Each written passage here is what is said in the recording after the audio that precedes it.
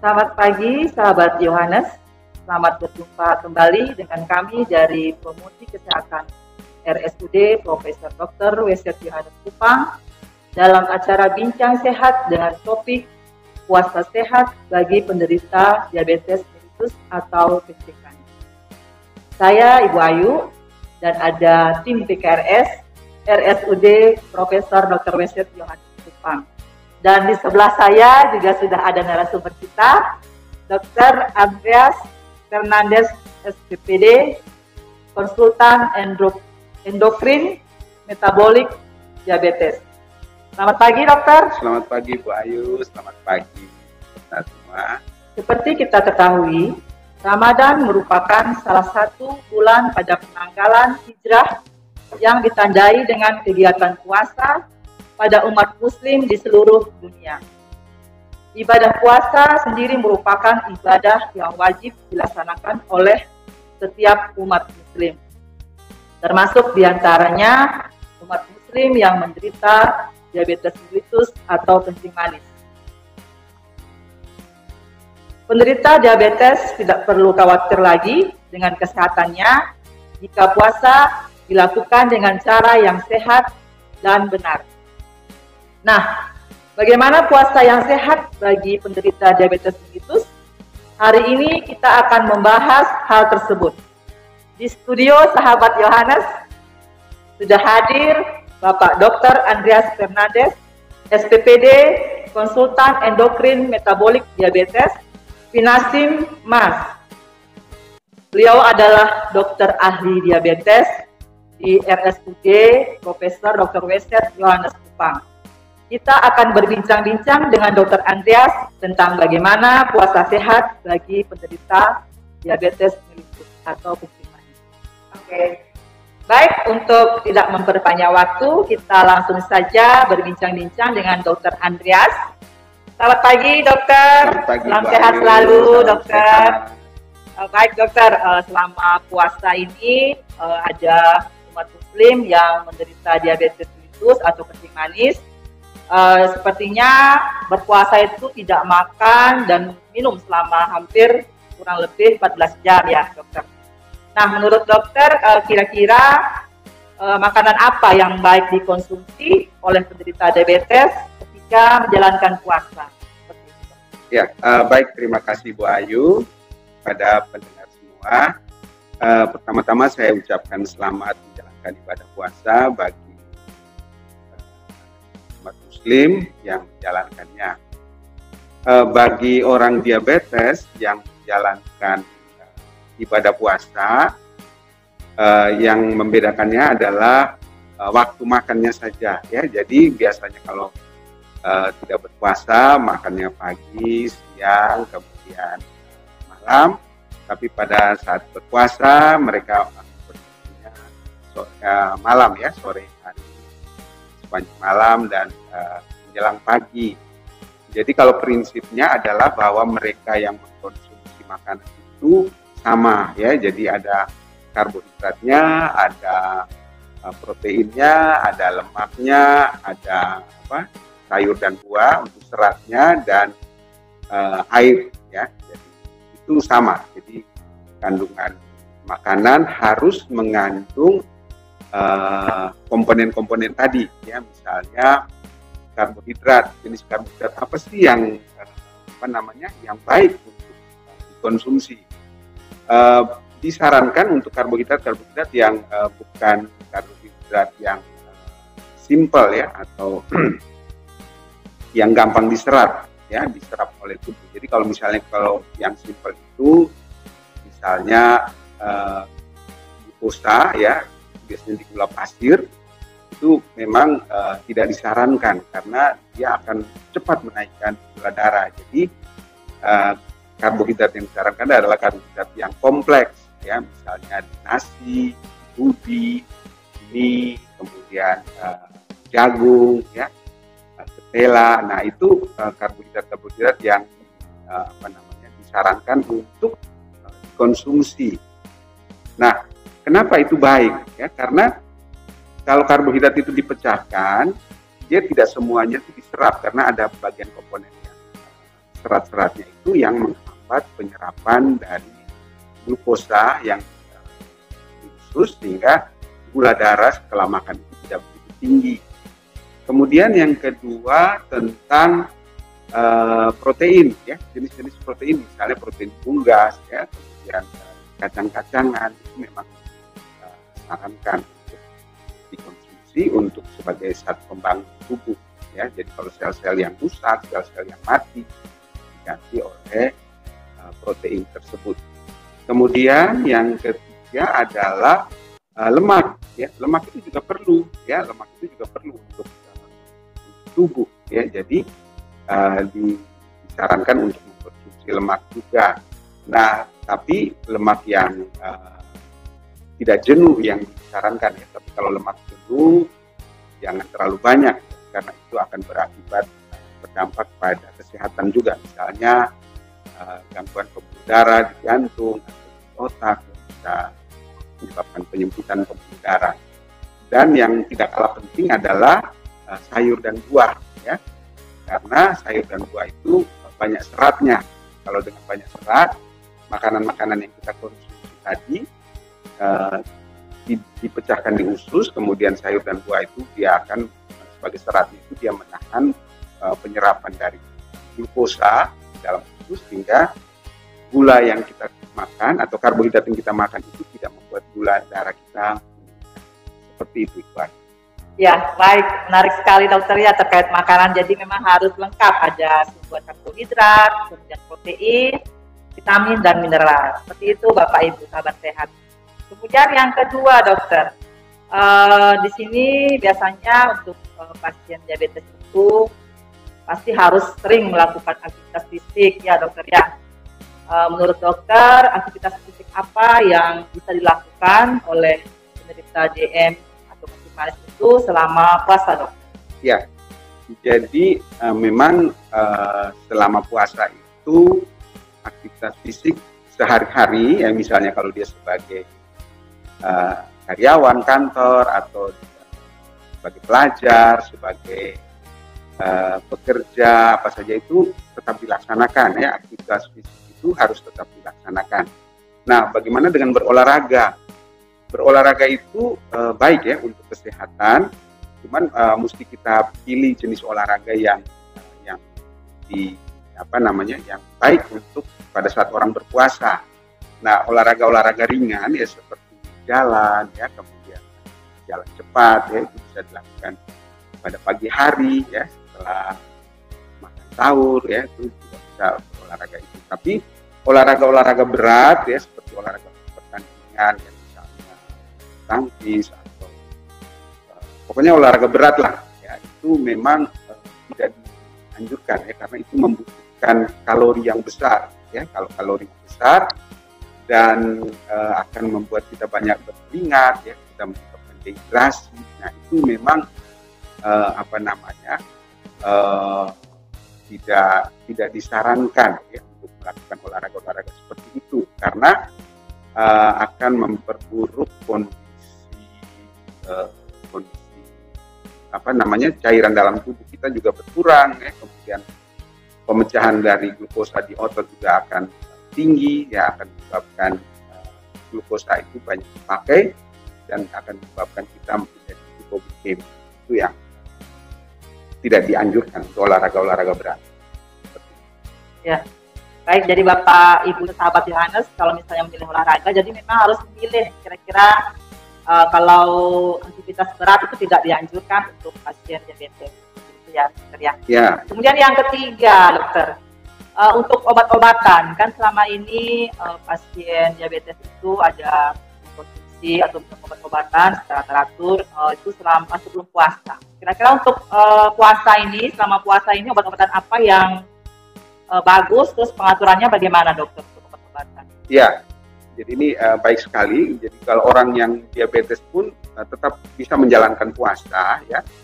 Cuman dia mengatur obatnya itu. Jadi misalnya obat yang dia minum, biasanya mereka tahu obat sulfonilurea itu biasanya kerja panjang, kemudian pada pagi hari.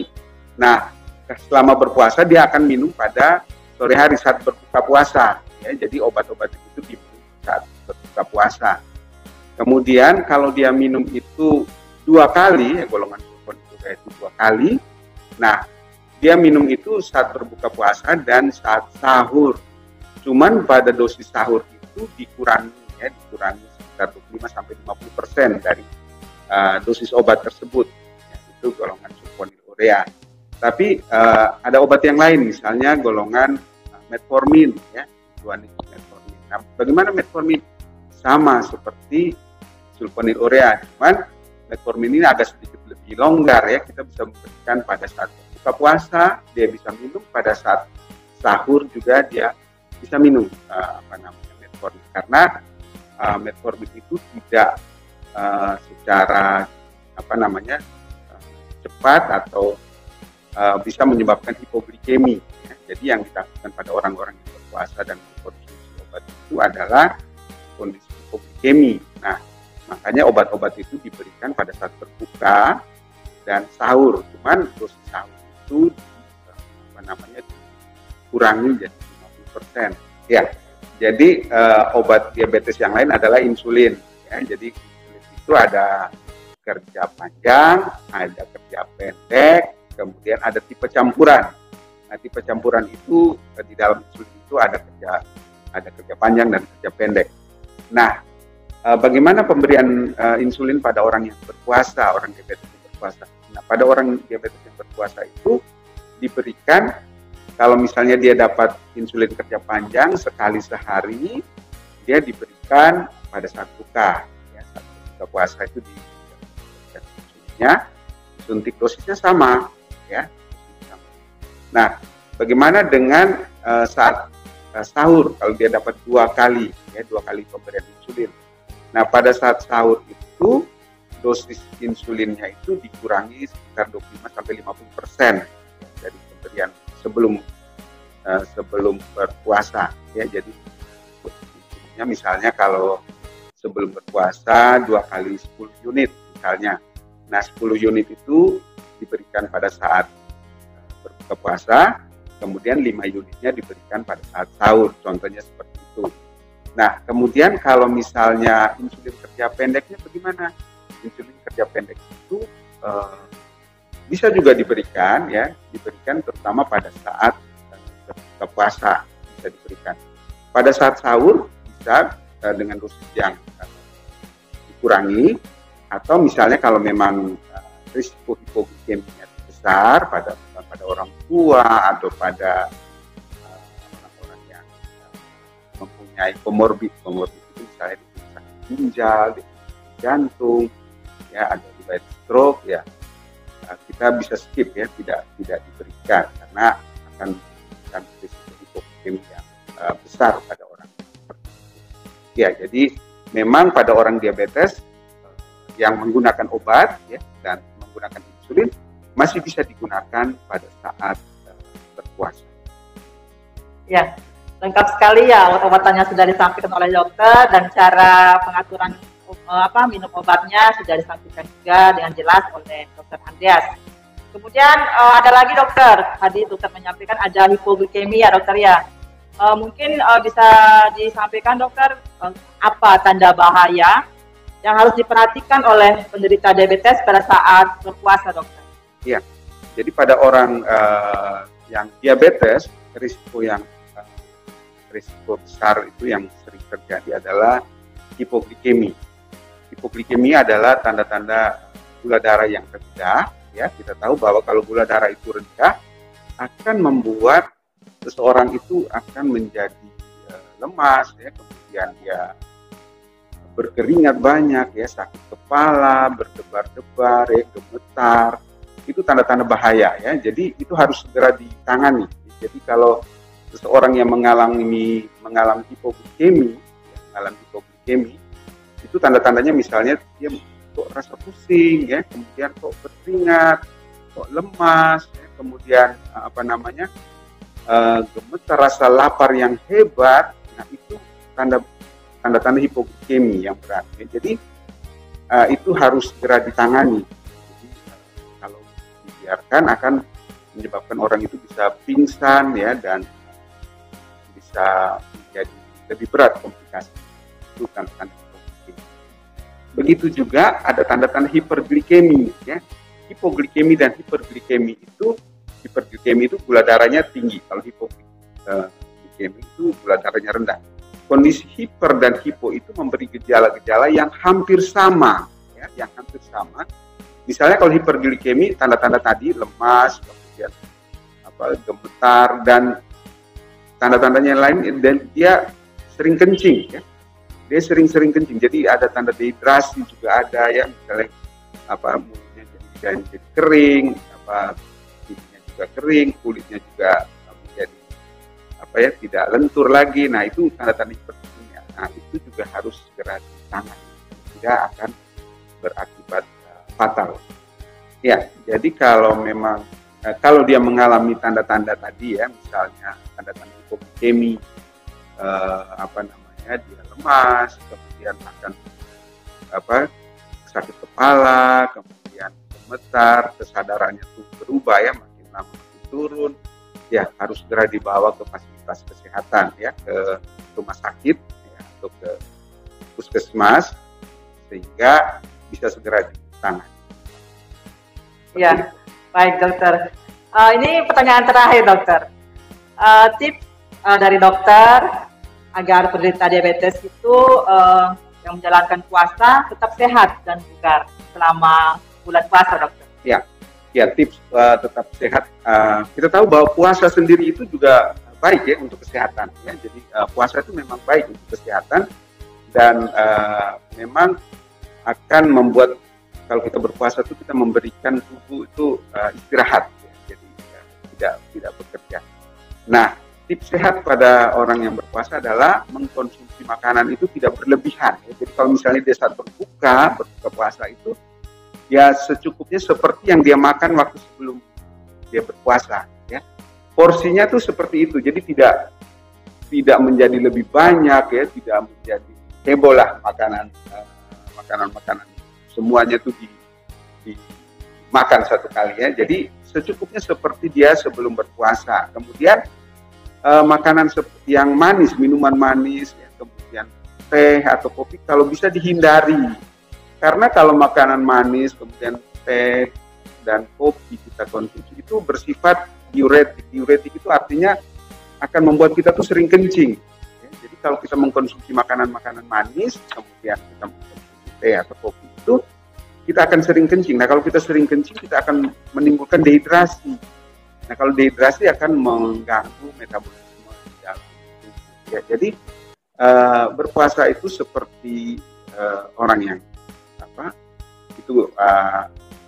makanannya itu seperti sebelum dia melakukan puasa, makanannya porsi yang sama, kemudian aktivitas fisik itu sama, ya, seperti dia sebelum berpuasa, tetapi hindari aktivitas fisik yang berat, ya, karena itu juga akan menimbulkan kondisi yang kurang baik tubuh. Jadi itu. Kemudian yang satu lagi, kalau misalnya dia makan sahur itu pilih makan yang mendekati saat mulai berpuasa, ya. Jadi jam yang terakhir sebelum dia mulai berpuasa itu dia makan situ, karena jenis makanannya itu adalah yang banyak banyak seratnya, ya. Jadi bukan karbohidrat murni tapi karbohidrat kompleks, ya. Sarankan, sehingga itu akan membuat gula darah itu dia akan rasa lapar itu bisa ditahan bisa sampai sore. Baik, terima kasih banyak dokter untuk penjelasannya yang sudah disampaikan tadi. Sangat jelas sekali untuk Bapak Ibu sahabat Yohanes yang menderita DM yang menjalankan ibadah puasa. Terima kasih banyak dokter untuk materi yang disampaikan. Berpuasa bagi umat Muslim. Semoga bisa sampai akhir, ya, sampai dengan baik, ya, penuh bulan puasa, bulan Ramadannya sampai selesai. Terima kasih. Baik Bapak Ibu sahabat Yohanes, demikian bincang-bincang kita hari ini dengan Dr. Andreas, dokter ahli diabetes di RSUD Profesor Dr. Weset Yohanes Kupang. Semoga apa yang disampaikan oleh Dr. Andreas dapat bermanfaat untuk kita semua, khususnya bagi Bapak Ibu sahabat Yohanes yang menderita diabetes yang menjalankan ibadah puasa. sehingga nantinya Bapak Ibu penderita diabetes dapat berpuasa dengan sehat dan lancar. Kami dari Promosi Kesehatan Rumah Sakit Umum Daerah Profesor Dr. Wesep Yohanes dengan Dr. Andreas dan dengan tim IT Bapak Roy mengucapkan terima kasih untuk perhatiannya. Salam sehat untuk kita semua. Terima kasih.